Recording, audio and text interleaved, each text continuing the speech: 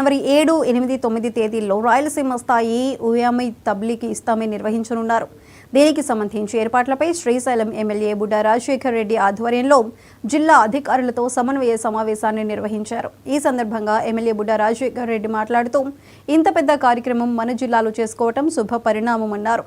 తెలుగుదేశం పార్టీతోనే ముస్లింలకు సంక్షేమ పథకాలు, హజ్ యాత్రకు సబ్సిడీలు ప్రారంభమయ్యాయన్నారు. గడిచిన 5 ఏళ్లలో వైసీపీ ప్రభుత్వం ముస్లింలను పట్టించుకున్న పాపాన పోలేదని విమర్శించారు.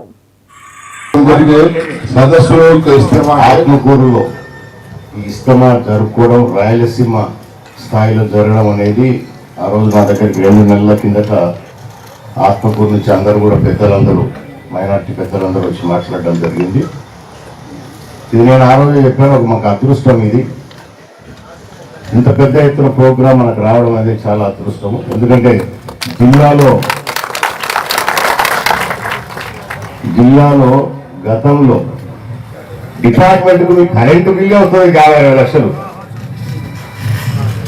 సో అప్పుడు ఫరూక్ అన్నతో మాట్లాడి సాయం సీఎం గారిని కలిసారని, మొన్న అసెంబ్లీ ఉన్నప్పుడు కూడా సార్ బిజీగా ఉంటే కూడా 2-3 సార్లు ప్రయత్నం చేసి సార్ను కలిసి లెటర్ ఇచ్చేసి కలెక్టర్ గారికి చెప్పండి, కలెక్టర్ గారు చెప్తే కలెక్టర్ గారు ఎస్పీ గారు అంతా చూసుకుంటారు. ప్రార్థన చేసడానికి వేరే, పార్కింగ్ వేరే, తర్వాత టాయిలెట్స్, తర్వాత భోజనశాల ఏర్పాటు చేసుకోవడానికి పెట్టారు.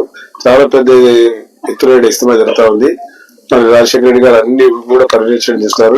కలెక్టర్ గారిని, ఎస్పీ గారిని, జిల్లా అధికారులందరూ కూడా రావడం జరిగింది. వారు కమిటీ ఏర్పాటు చేసుకోవాలా, ఏ సైకిల్ మోటార్ లోపల పోవాలా, ఏ వెహికల్ లోపల పోవాలా వాళ్ళు నిర్ణయించుకోవాలా.